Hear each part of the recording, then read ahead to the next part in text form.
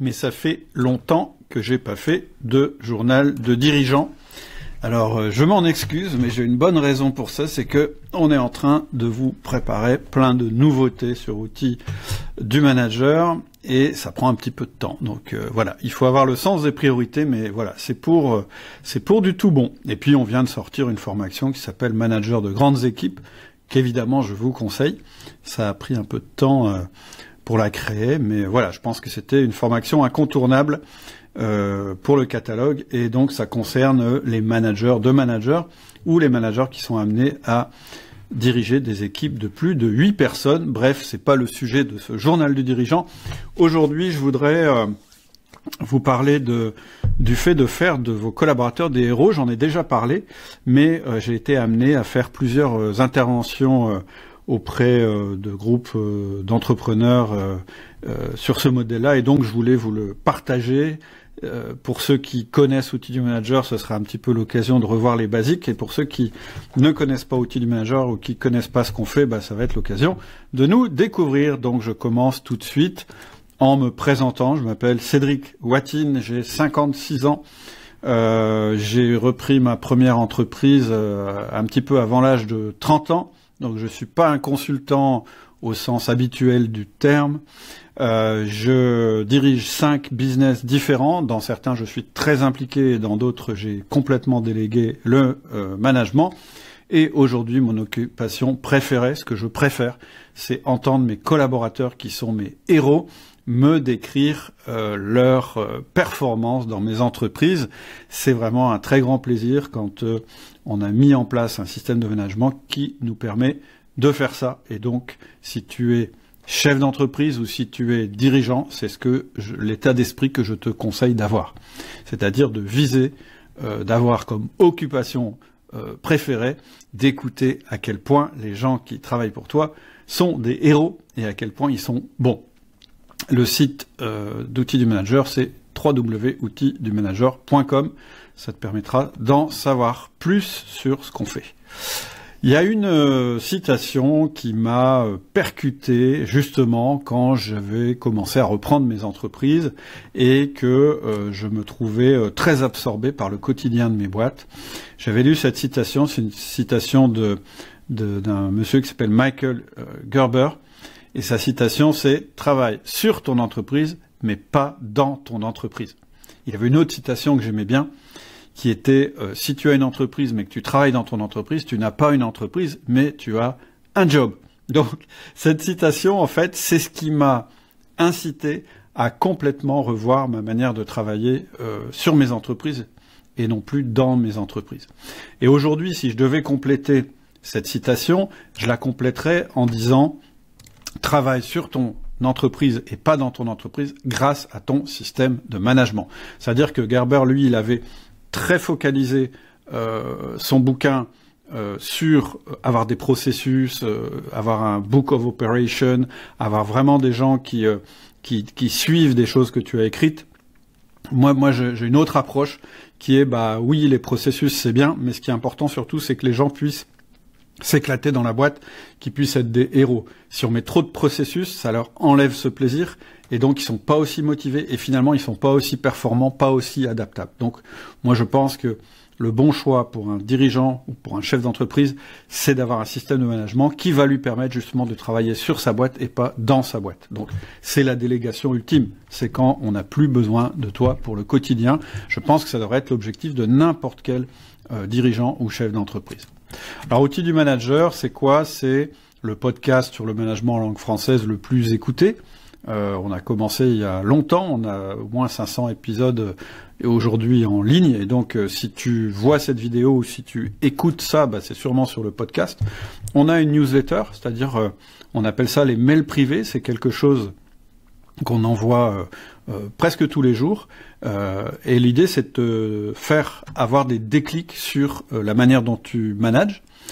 Donc tu peux, c'est gratuit, tu peux aller sur le site et juste t'inscrire dans la liste de mails privés. Tu recevras le premier mail en quelques minutes et ce sera le début d'une longue série de mails puisque j'écris des mails très régulièrement, quasiment tous les jours. Tu recevras un mail.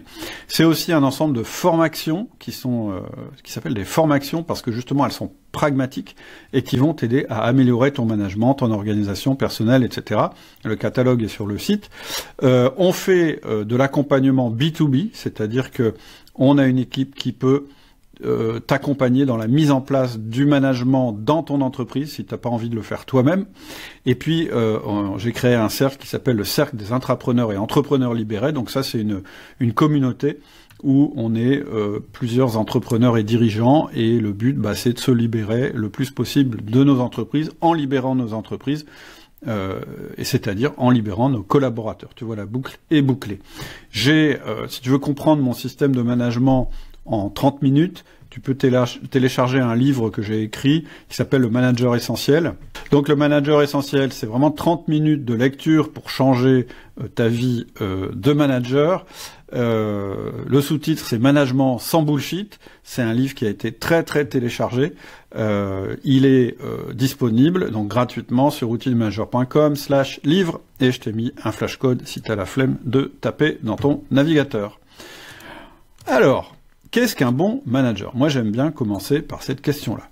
Et ce qui est amusant, c'est que quand tu poses cette question à donc je t'invite à y réfléchir, quand tu poses cette question à des collaborateurs, à des gens, des salariés de l'entreprise, ils vont te répondre c'est quelqu'un qui est sur le terrain, c'est quelqu'un qui tranche, c'est quelqu'un qui est proche de ses collaborateurs, c'est quelqu'un qui a de l'écoute. Ils vont te sortir comme ça un tas d'adjectifs qui correspondent au manager idéal qu'ils aimeraient avoir. Et quand on pose la question à un chef d'entreprise, c'est beaucoup plus simple. Il va nous donner une réponse qui est, en général, si je la résume, c'est quelqu'un qui obtient des résultats. Et effectivement, un bon manager, c'est quelqu'un qui obtient des résultats. Si tu es manager et que tu n'obtiens pas de résultats, tu vas pas faire long feu dans l'entreprise. Donc, quand les chefs d'entreprise me disent ça, j'aurais dit, ok, c'est quelqu'un qui obtient des résultats, mais est-ce que c'est quelqu'un qui obtient des résultats à n'importe quel prix? C'est-à-dire que, est-ce que tu es prêt à voir l'équipe décimée au bord du burn-out? Est-ce que tu es prêt à avoir des gens, un turnover qui explose, etc. Ah, on me dit, ah non, des résultats, mais aussi de la rétention. C'est comme ça qu'on va l'appeler. C'est-à-dire que je veux avoir des résultats, mais en plus, je veux que l'équipe soit contente, que je sois pas obligé de recruter tout le temps parce que les gens quittent l'entreprise tellement il y a de pression, etc., etc. Et donc, si on obtient ces deux R du management, c'est comme ça que je les appelle résultats rétention, eh bien, on n'est pas un bon manager, on est un excellent manager.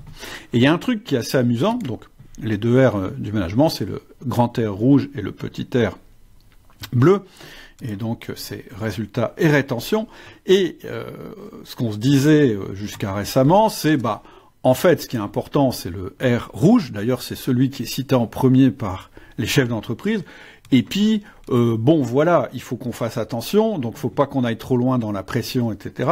Il faut quand même ménager les gens pour qu'ils n'aient pas envie de quitter l'entreprise. Et donc, on se disait, on va compenser la pression qu'on met sur nos collaborateurs en mettant en place des systèmes de salaire, de primes, etc., qui vont faire qu'ils vont pas quitter l'entreprise. Autrement dit, on mettait en avant le grand R et on mettait entre parenthèses le petit R. Et depuis un moment, ce qui se passe sur le marché, c'est que on ne peut plus avoir cette attitude. Parce qu'en fait, les gens, ils cherchent plus que simplement un salaire, ils veulent surtout un boulot intéressant, ils veulent surtout être passionnés par leur travail. Donc, aujourd'hui, je dirais que l'évolution que j'ai observée, moi, dans le management et de la manière dont j'ai fait évoluer aussi nos formations, nos outils, etc., c'est de partir du principe que si tu travailles bien ton petit R, c'est-à-dire la satisfaction de tes collaborateurs, leur expérience dans l'entreprise, le fait qu'ils soient passionnés par l'entreprise, eh bien, mécaniquement, tu obtiendras le grand R, et c'est ça que je préconise. Donc, en gros, ce que je viens de dire, c'est que pour créer de la rétention dans une entreprise, tu as deux manières. Tu as une manière qui est de retenir les gens et tu as une manière qui est d'engager les gens.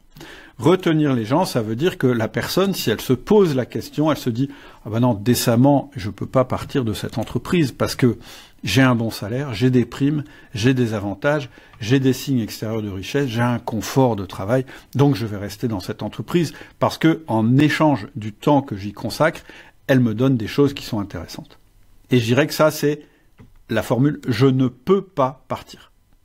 Ce qui marche mieux, c'est la formule de l'engagement qui est « je veux rester », ce qui n'est pas tout à fait la même chose. C'est quand la personne se dit « ah, dans mon travail, j'éprouve ce qu'on va appeler du flow, c'est-à-dire du plaisir. Moi, mes meilleurs éléments, les personnes les plus engagées dans mon entreprise, c'est vraiment des gens qui ont un plaisir à travailler. C'est des gens qui disent « mais je fais ça pour mon plaisir ». C'est-à-dire que même si, je vais exagérer, même si je touchais le SMIC, ce qui m'intéresse, c'est de faire ça. Évidemment, il n'est pas question de les payer au minimum, parce que il faut quand même être dans le marché pour que ça fonctionne, hein, tout ce que je suis en train de te dire. Ensuite, c'est des gens qui ont confiance en toi et des gens envers lesquels tu as confiance. Et ils le sentent. Parce que un des plus grands critères quand on veut rester dans une entreprise, c'est effectivement une reconnaissance. Je l'ai mis dans la liste. Ensuite, c'est des gens qui aiment bien travailler dans ta boîte parce qu'ils ont de l'autonomie. Et en fait, ça t'intéresse qu'ils aient de l'autonomie parce que l'être humain, il est beaucoup plus performant, beaucoup plus créatif quand il sent qu'on a confiance en lui, quand il sent qu'il est reconnu pour son travail et quand on lui donne de l'autonomie. C'est-à-dire que dans la partie gauche de l'écran, tu vas avoir des gens qui sont un peu des chasseurs de primes, des mercenaires, des gens qui sont là juste parce que tu les payes au-dessus du marché et juste parce que décemment ils peuvent pas partir. Est-ce que tu crois que quand on travaille avec cet état d'esprit-là, on se donne à fond? Moi, je crois pas. Et puis, il y a un danger, c'est qu'à un moment, ils en auront jamais assez et qu'ils trouveront toujours quelqu'un pour payer plus cher. Alors que ceux qui sont à droite de mon tableau, c'est des gens, ils vont pas être intéressés à aller dans d'autres entreprises, même s'ils disent « mais je pourrais gagner plus ». Moi, j'ai souvent eu des collaborateurs qui m'ont dit « mais si je voulais, je pourrais gagner plus, mais je reste ici ». Parce qu'en fait, ici, j'ai la reconnaissance, je m'éclate, j'ai de l'autonomie et je me développe personnellement. Donc tu vois, deux manières de créer la rétention, très clairement, c'est cette manière-là qui fonctionne le mieux et qui fonctionnera de mieux en mieux. Et c'est comme ça que tu auras des collaborateurs que j'appelle des héros, c'est-à-dire des gens qui sont vraiment engagés dans ton entreprise. Ça nous amène à la question, qu'est-ce que c'est qu'un héros? Alors, qu'est-ce que c'est qu'un héros? Pas évident de définir. Moi, il y a une formule que j'utilise souvent, c'est quand tout va bien, tout le monde est bon. Et c'est quand ça va mal qu'on voit les héros. D'ailleurs, cette phrase, tu peux l'appliquer à ton entreprise. Quand tout va bien, quand le marché tire, que les clients peuvent pas aller voir ailleurs, etc. Bah ouais, ton entreprise, elle est bonne, forcément. C'est l'environnement qui l'apporte. Par contre, quand l'environnement commence à être compliqué, etc., c'est là qu'on va voir si ton entreprise fonctionne. C'est un peu le crash test. Bah, pour collaborateur, c'est pareil. Quand tout va bien, tout le monde est bon. Je veux dire, même les moins bons, ils ont l'air bons parce qu'en fait, finalement, tout va bien, tout se passe bien, il n'y a pas de cagasse, etc. Dès qu'il y a un petit grain dans l'engrenage, c'est là qu'on va voir qui sont les bons, en fait, dans tes collaborateurs. Et donc, ceux dont tu as l'impression que, quand ça se passe mal, ils deviennent vraiment meilleurs, ou ils donnent le meilleur d'eux-mêmes, eh bien, c'est ça, tes héros. C'est une première façon de identifier un héros. Et donc, la question que je voudrais que tu te poses, que tu sois manager ou que tu sois chef d'entreprise, c'est est-ce que tu as des héros dans ton entreprise et est-ce que tu as des héros dans ton équipe? C'est intéressant de les identifier parce que c'est un peu le modèle que tu voudrais avoir. Tu voudrais que tous tes collaborateurs soient comme cette personne-là. Donc, je te donne d'autres critères. C'est des gens dont on dit souvent « il en vaut 5 ». Un mec comme ça, il en vaut 5. C'est-à-dire que il vaut 5 personnes parce que il va un peu plus loin que les autres, parce que il est vraiment excellent dans ce qu'il fait, etc., etc. Deuxième manière d'identifier cette personne, il bosse comme si c'était sa boîte. C'est souvent ce qu'on dit d'un héros. Troisième manière d'identifier cette personne, c'est quelqu'un qui ne se cherche pas d'excuses, c'est quelqu'un qui aime la difficulté, c'est quelqu'un qui a besoin de progresser. C'est-à-dire que c'est la personne, justement quand c'est le chaos, quand ça commence à partir dans tous les sens, etc., c'est là qu'il va se révéler. C'est pas une personne qui va s'effondrer, se mettre à pleurer et à se plaindre. Non, c'est quelqu'un qui va se retrousser les manches et puis qui va y aller parce qu'il sait que c'est comme ça qu'on progresse en tant qu'individu, c'est en affrontant l'adversité. Ensuite, c'est quelqu'un qui va assumer ses erreurs parce qu'il en fait. Tout le monde fait des erreurs, même les héros. Mais à quoi on reconnaît un héros? C'est que quand il fait une erreur, il la répare et c'est ça qui le fait progresser.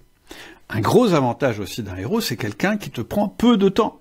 C'est quelqu'un qui est autonome, qui se plaint pas souvent, qui n'a pas besoin d'avoir sur le dos en permanence, au contraire.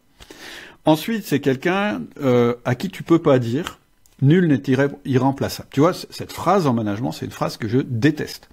Quand tu dis ça à ton équipe, oui, la porte est là, de toute façon, je peux tous vous remplacer, nul n'est irremplaçable, tu es en train de commettre le péché maximum du management. Sauf si tu veux faire partir la personne. Moi, quand je dis à quelqu'un « nul n'est irremplaçable », je suis en train de lui dire « en fait, je préférais que tu travailles pas pour moi parce que finalement, t'es pas meilleur qu'un autre ». Donc, cette phrase-là, tu peux pas le dire à un héros. C'est aussi quelqu'un qui est encensé par tes clients. Quelqu'un dont on entend souvent dire sur les salons, etc. Ah, qu'est-ce qu'il est bien, votre gars, etc., etc. Ça, c'est un signe aussi. Et d'ailleurs, ça peut être les clients internes. Si tu diriges un service comptabilité et qu'on te dit à quel point telle personne, elle est vraiment bien, peut-être que tu es un héros. Pas forcément, parce qu'il faut que tu aies tous les autres critères. Et puis, aussi, c'est quelqu'un qui est encensé par tes concurrents. Donc ça, attention, il peut être aussi courtisé par tes concurrents. Et tu peux avoir une espèce de peur qui s'en aille. C'est comme ça qu'on reconnaît un héros. Donc en général, quand je fais une intervention et que je fais une conférence, je fais un tour de table et je demande aux gens, tiens, est-ce que vous avez des héros dans mon entreprise? Levez la main. Et une fois, il y en a un qui a levé la main et qui m'a dit, bah oui, moi j'ai un héros dans mon entreprise, c'est moi. Et donc ça m'a fait rire. Mais j'ai trouvé que c'était malin. Bah oui, quelqu'un qui en vaut 5, qui bosse comme si c'était sa boîte, qui se cherche pas d'excuses, qui a besoin de progresser, qui aime la difficulté, qui est pas remplaçable, qui est encensé par les clients et qui pourrait être courtisé par les concurrents, souvent c'est toi. Que tu sois manager ou que tu sois chef d'entreprise, c'est toi. Mais du coup, c'est un problème. Parce que être le seul héros dans ta boîte ou dans ton équipe, ça t'empêche de travailler sur ta boîte. Ça veut dire qu'en fait, tu vas toujours être sollicité parce que c'est toi qui vas résoudre tous les problèmes. Et c'est de ça qu'il faut sortir. Si tu penses que le seul héros dans ta boîte, c'est toi, il y a un problème. Si t'en as qu'un, il y a un problème aussi. Théoriquement, tous tes collaborateurs sont capables d'être des héros. Alors, juste avant de passer à la suite, je voudrais quand même faire un point particulier sur ce qu'on appelle une diva en management. En fait, une diva, c'est quelqu'un qui est super bon, c'est-à-dire c'est quelqu'un à propos duquel tu peux te dire toutes ces phrases-là, mais qui démotive les gens autour de lui. C'est-à-dire que c'est une personne qui va écraser les autres collaborateurs. Et une diva, en général, c'est un héros qui a mal tourné parce qu'il a mal été managé. Et le problème, c'est quand tu as une diva dans ton équipe, eh bien, soit tu réussis à la retransformer en héros en lui faisant entendre raison, en lui disant tu peux pas avoir ce comportement vis-à-vis des autres de cette manière-là, soit tu vas devoir te séparer de cette personne-là. Ça sera un acte de management qui est fort, mais tu vas être dans l'obligation de te séparer de cette personne-là. Pourquoi? Parce qu'une diva, c'est un héros qui empêche les autres collaborateurs de devenir des héros. Et si ton héros empêche la présence d'autres héros autour de lui, c'est un problème. Tu peux pas rester pris en otage par cette personne. Parce que c'est ça qui va empêcher le développement de ton entreprise. Donc, soit il comprend qu'il n'y en aura pas que pour lui et qu'il faut qu'il évolue au niveau comportement, ou soit il s'en va, parce que sinon, ce sont tous tes autres collaborateurs qui vont te quitter au fur et à mesure, et les meilleurs en premier, et donc tu vas être de plus en plus dépendant de cette diva, et ça va devenir un problème de plus en plus compliqué. Donc voilà, je voulais juste attirer ton attention, il ne faut pas confondre un héros et une diva, c'est pas la même chose. En général, une diva, c'est un héros qui a mal été managé, à qui on n'a pas fait les bons feedbacks, à qui on n'a pas dit « attention, là tu dépasses les bornes, non, je peux pas te donner ce passe droit », etc., etc., etc. C'est pas le sujet ici, mais voilà, on a fait des podcasts sur ce qu'est une diva. Tu cherches sur le podcast, tu tapes diva, outil du manager, tu vas tomber sur ce qu'il faut faire quand on a une diva dans son équipe. Alors, la question, en fait, à 100 millions, c'est comment on crée des héros. Bah oui, comment on fait pour rendre les héros systématiques dans notre entreprise. Ma réponse à cette question, c'est en ayant la bonne culture. Alors, c'est quoi une culture d'entreprise? C'est un mot qu'on emploie souvent, et donc là, il est impératif que je clarifie. La culture, c'est pas ce que tu as affiché sur tes murs, c'est pas ce que tu as dans ton bureau feutré, déterminé avec ton petit papier et tes consultants, c'est pas ce que tu mets sur tes plaquettes, c'est pas oui dans mon entreprise on favorise les valeurs humaines, etc., etc. La culture réelle de ton entreprise, c'est la somme des comportements. La somme des comportements, c'est ce que font réellement les gens dans ton entreprise. C'est ça qui détermine ta culture. C'est l'expérience que j'aurais si tu m'embauchais dans ta boîte. Je ressentirais la culture. Je verrais ce que font les gens, comment on me parle, etc. Et c'est ça ta vraie culture d'entreprise. Et c'est ça qui va être déterminant dans l'émergence de héros dans tes collaborateurs. Si tu as une culture qui favorise les héros, ça va marcher. Si tu as une culture qui favorise pas les héros, ça va pas marcher. Deux manières de créer une culture en entreprise. Première manière, classique, c'est la culture imposée. C'est-à-dire que c'est la direction qui va déterminer une culture, qui va en parler tout le temps et qui va espérer qu'en faisant ça, elle va influencer les comportements. Mais le problème, c'est comment on influence les comportements. T'as beau dire des choses en permanence, pourquoi les gens le feraient? Deuxième manière, qui est, non, je pars des comportements de mes collaborateurs et je regarde ceux que je veux favoriser et ceux que je veux arrêter, et c'est ça qui sera ma culture réelle. Ce sont les comportements de mes collaborateurs. Et tu vois, c'est une vision complètement différente. Ici, à gauche, on a une vision top-down, c'est-à-dire la culture part du haut, est imposée par le pouvoir hiérarchique, et elle génère des comportements, ou plutôt on espère qu'elle génère des comportements, alors qu'ici on est bottom-up, c'est-à-dire qu'on a un système de management qui va influencer les comportements des collaborateurs et donc qui va créer une culture réelle. C'est pas du tout la même chose. Et très honnêtement, j'ai une préférence. Ce genre de choses, ça va créer des zombies. C'est-à-dire, ça va être des gens, le pouvoir hiérarchique, ça crée des zombies. On force les gens à faire des choses, on leur demande pas leur avis, il y a des processus et ils respectent le truc, sinon ils se font virer, sanctionner, etc. Et donc là, tu auras une équipe de zombies. Alors que si tu as un système de management qui favorise les meilleurs comportements, tu vas avoir une équipe de héros. Et en général, dans les films, qui gagne la bataille, ce sont les héros, ce ne sont pas les zombies. Et donc, des héros, c'est ce que tu veux avoir comme collaborateur. Ok. Alors la culture, je l'ai dit, c'est pas quelque chose qui se décrète, qui s'écrit partout, c'est le résultat du système de management. Comment on met en place un système de management qui va influencer sur les comportements des gens? À nouveau, il y a deux méthodes. Il y a une méthode qui est la méthode la plus ancienne, qui est basée sur la hiérarchie, sur le pouvoir hiérarchique, c'est-à-dire que on va imposer les choses, c'est ce que j'étais en train de dire. Et puis il y a une autre méthode qui est la méthode du team du manager, où là on va favoriser l'influence, c'est-à-dire qu'on va avoir plutôt, en tant que manager, un soft power, quelque chose où progressivement, on influence nos collaborateurs. Et en basant notre système de management sur cette influence, on va réussir à faire progresser les gens. On va partir de la création de confiance, c'est-à-dire que nos collaborateurs, on va faire en sorte qu'il y ait une confiance, qui se développe entre le manager et le collaborateur.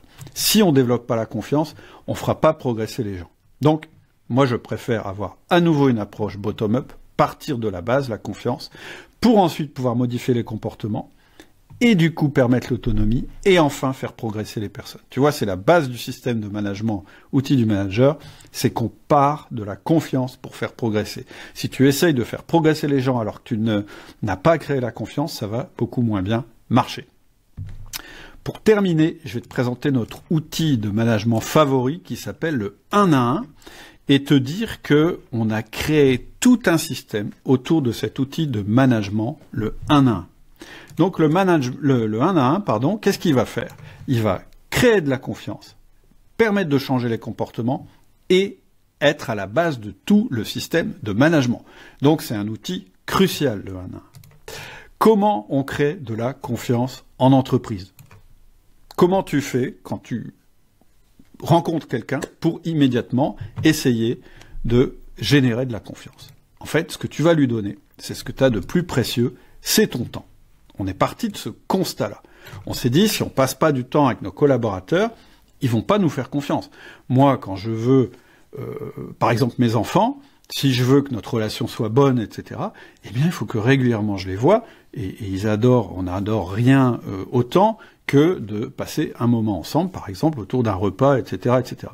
Si tu regardes autour de toi les gens en qui tu as confiance et qui te font confiance, c'est forcément des gens avec lesquels tu as passé du temps. Le problème, c'est que en entreprise, Le temps, c'est ce qui nous manque le plus. C'est d'ailleurs ce qui fait sa valeur. Quelque chose qui nous manque, quand on le donne, eh bien, c'est un geste fort. Et c'est ça qui va générer de la confiance. Alors, comment on fait du coup? Parce qu'on n'en a pas. En fait, on va donner du temps qui compte. Du temps qui compte, c'est du temps où on a de l'attention envers la personne, où on passe un moment de forte intensité, où il y a de la fréquence et où il y a de l'engagement.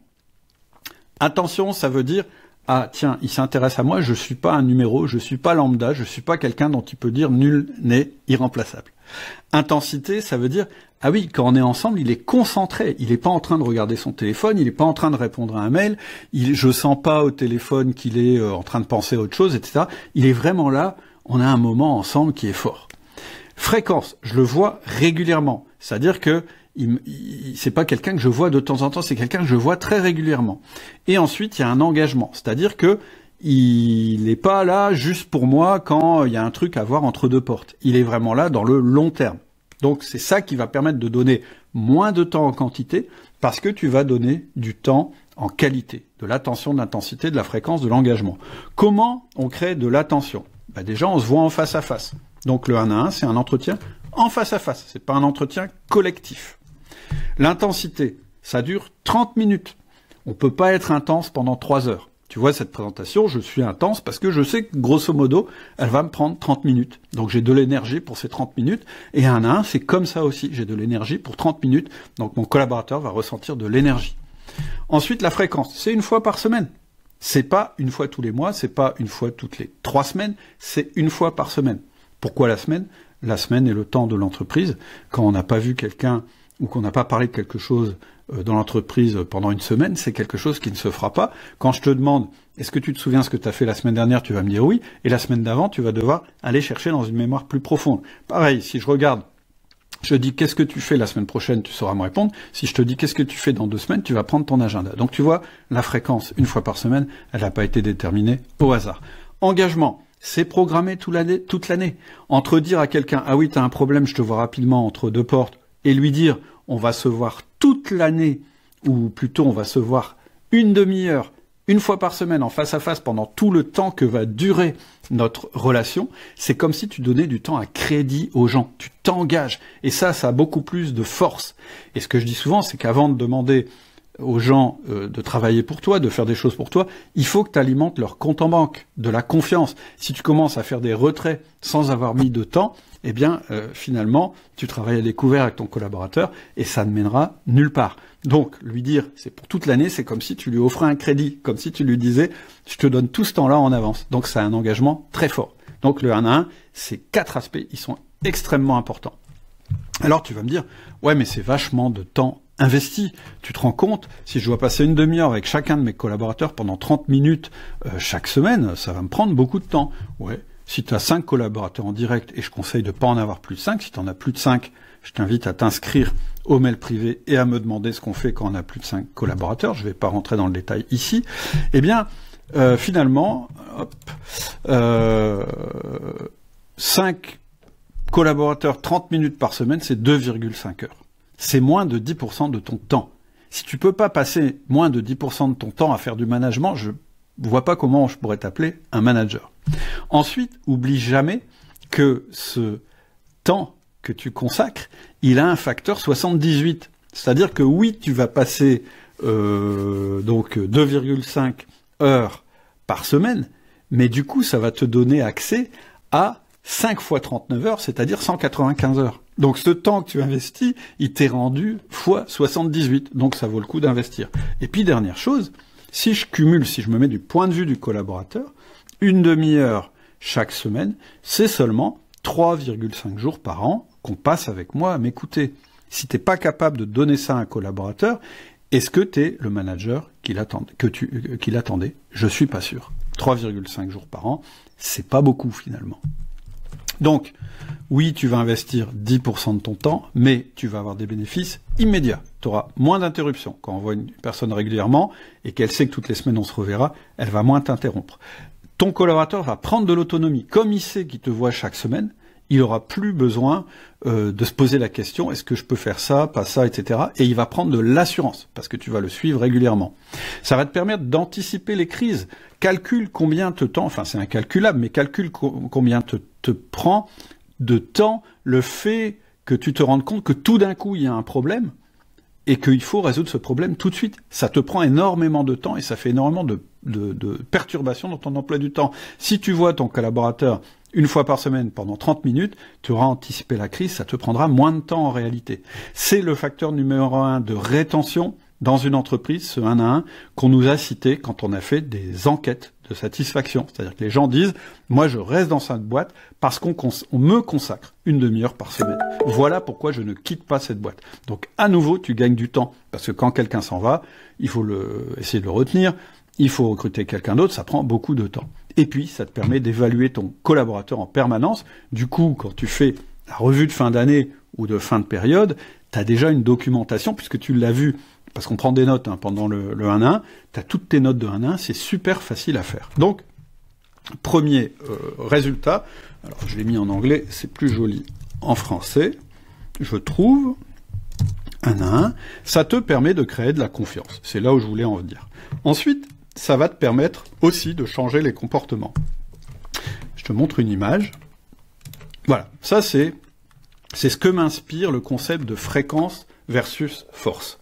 Quand on conduit une voiture, même sur une ligne droite, tu regardes tes mains sur le volant, elles sont toujours en train de corriger la trajectoire.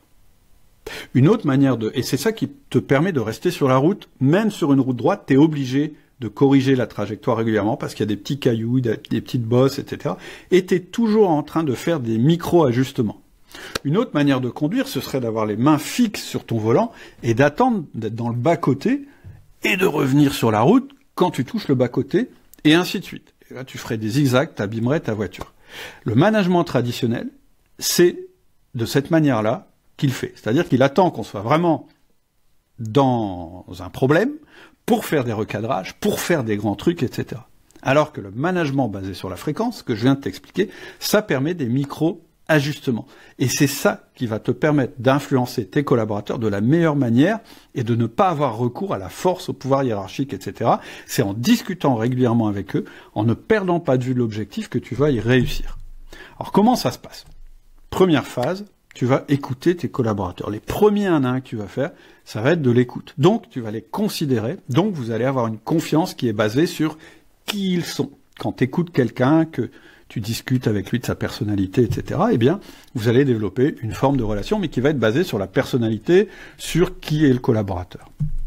Ensuite, vous allez passer à une autre forme de confiance, qui est la confiance orientée résultat. C'est-à-dire que vous allez commencer à avoir des discussions sur le boulot, avec des outils spécifiques qu'on développe chez Outils du Manager, pour progressivement commencer à aborder ce qu'il fait de ses journées, est-ce que ça répond à ses objectifs, etc., etc. Et petit à petit, vous allez commencer à parler de ses missions, etc. Alors pourquoi on oriente la confiance vers les résultats? Parce que, en tant que manager, ce que tu veux, c'est pas juste bien t'entendre avec tes collaborateurs. Évidemment, l'entente est importante, mais ce qui compte, c'est d'obtenir des résultats. Donc, petit à petit, tu vas orienter cette confiance vers une confiance que j'appelle de type professionnel, où on est des adultes tous les deux, et on sait que ce qu'on attend, c'est du résultat. Et en plus, ça va valoriser plus ton collaborateur d'être reconnu pour ce qu'il fait, plutôt que d'être reconnu pour qui il est. En fait, en entreprise, il faut bien comprendre un truc. Tout le monde se fout de ce que tu penses, de ce que tu dis, de tes opinions. Ce qui est important, c'est ce que tu fais. C'est ce qu'on voit en entreprise. Donc, c'est important que cette confiance, elle soit basée sur les bonnes choses. Et puis, dernière partie, le fait d'avoir développé cette relation, d'avoir déjà introduit la notion de performance, etc., ça va te permettre de lui faire des feedbacks. Ça, c'est une autre technique d'outil du manager qui va permettre de dire à ton collaborateur, là, non, ça va pas, c'est de cette manière-là qu'il faut modifier, ça, il faut que tu continues, etc. Et on a une manière de le dire qui est douce, qui est régulière et qui respecte le collaborateur, qui n'est pas du tout le système de punition-récompense qu'on a dans le système hiérarchique habituel. Donc, globalement, ce que tu vas faire, c'est que grâce au feedback fréquent, tu vas modifier profondément les comportements de ton collaborateur, parce que c'est ça qui t'intéresse, c'est qu'il modifie ses comportements. Et ça, c'est beaucoup plus facile que d'essayer de changer ses pensées. On n'est pas des psys. Je veux dire, si tu arrives à changer tes collaborateurs, t'es meilleur qu'un psy. Bon, voilà. Moi, je suis pas meilleur qu'un psy, et même un psy, il n'est pas sûr de réussir à changer les pensées des collaborateurs. Donc l'idée de se dire, en fait, il faut que je change les pensées de mon collaborateur pour que finalement il change ses comportements et qu'il devienne performant, c'est débile. Essaye de changer directement ses comportements après avoir développé la confiance. Ce sera le prendre pour un adulte autonome qui a les pensées qu'il veut, mais duquel on attend certains comportements en entreprise. Voilà, c'était pour le 1 à 1, ça sert aussi à changer les comportements. Mais ça s'arrête pas là. Le 1 à 1, en plus, c'est la base de ton système de management. Comment il marche, notre système de management?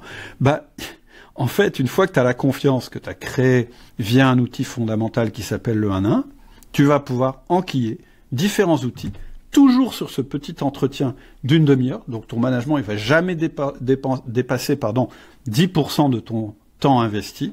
Et donc tu vas ajuster les comportements avec le feedback, augmenter la délégation en rendant ton collaborateur autonome, et finalement, tu vas pouvoir faire du coaching et développer tes collaborateurs. C'est ce qu'on appelle un système de management mûr, mature.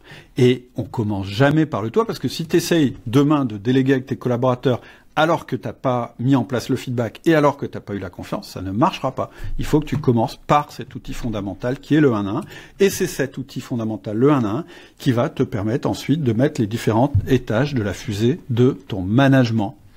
Un dernier mot avant qu'on se quitte. Comment on mesure le management en entreprise? Bah oui, c'est un truc impossible à mesurer. Parce que un vendeur, c'est simple, on regarde combien il vend. Un comptable, c'est simple, on regarde combien de lignes de code ou combien d'erreurs il fait, etc. Mais un manager, comment on fait? Alors tu vas me dire, il obtient des résultats. Oui, mais qu'est-ce qu'il met comme moyen en place? Il y a un système tout simple pour le mesurer. C'est le nombre de 1 à 1 par semaine, divisé par le nombre de collaborateurs, multiplié par 100. Plus dans ton entreprise, on est proche d'un ratio de 100%, plus ton management est en place. Donc, ce 1 à 1, il sert aussi à mesurer si le management est vraiment en place. Donc, le 1 à 1, ça te permet de créer de la confiance, de changer les comportements et de mettre en place ton système de management. Et c'est tout ça qui va te permettre de créer des héros chez tes collaborateurs. Sans système de management, tu ne maîtrises pas la culture de ton équipe et donc tu es condamné à travailler dans ton entreprise. Tu n'arriveras jamais à travailler sur ton entreprise ou sur ton équipe. Si tu veux en savoir plus, tu peux continuer à écouter le podcast. Tu peux télécharger le livre, donc chez outils-du-manager/livre, c'est gratuit, et tu peux me faire un mail ou faire un mail à Adélie. Donc mon adresse c'est cédric@outils-du-manager.com, le mail d'Adélie c'est adélie@outils-du-manager.com, et tu peux rejoindre la liste email de nos newsletters. On ne répond qu'aux gens qui sont inscrits au mail. Je te souhaite une très bonne semaine et je te dis à bientôt.